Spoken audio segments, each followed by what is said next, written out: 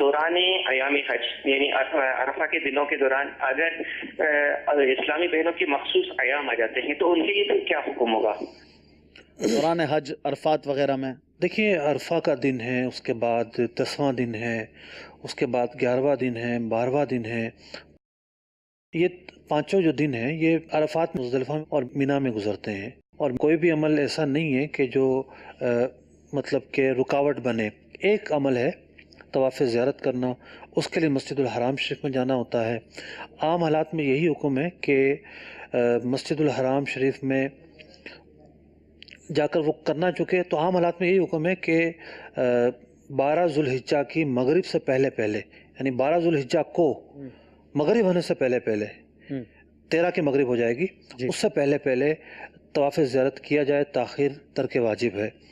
لیکن خاتون اگر کوئی ناپاکی کے ایام میں ہے تو اس کے لیے تاخیر جائز ہے، بلکہ واجب اس کے لیے تاخیر کرنا، وہ تاخیر کرے گی، اور جب پاک ہو جائے گی پھر نہا کر وہ طواف کرے گی۔ اس کا دم بھی واجب نہیں ہوگا؟ دم بھی واجب نہیں ہوگا۔ ٹھیک، یعنی خاتون کے لیے دیگر معاملات میں کوئی پرابلم ہی نہیں ہے؟ یعنی عرفات میں کوئی پرابلم نہیں ہے، مزدلفہ میں کوئی پرابلم نہیں ہے، رمی کرنے میں کوئی پرابلم نہیں ہے، مینا میں وقوف کرنا یا مینا میں ٹھہرنا ہے اس میں کوئی پرابلم نہیں ہے۔ طواف زیارت اور طواف وداع کے مسائل ہیں، تو اس طواف وداع کا اگر معاملہ ہے تو طواف وداع کے اندر بالکل وقت نہیں ملتا، اسے فوراً قافلہ جانا ہے تو وہ واجب بھی اس سے ساقط ہو جاتا ہے، وہ بھی معاف ہے؟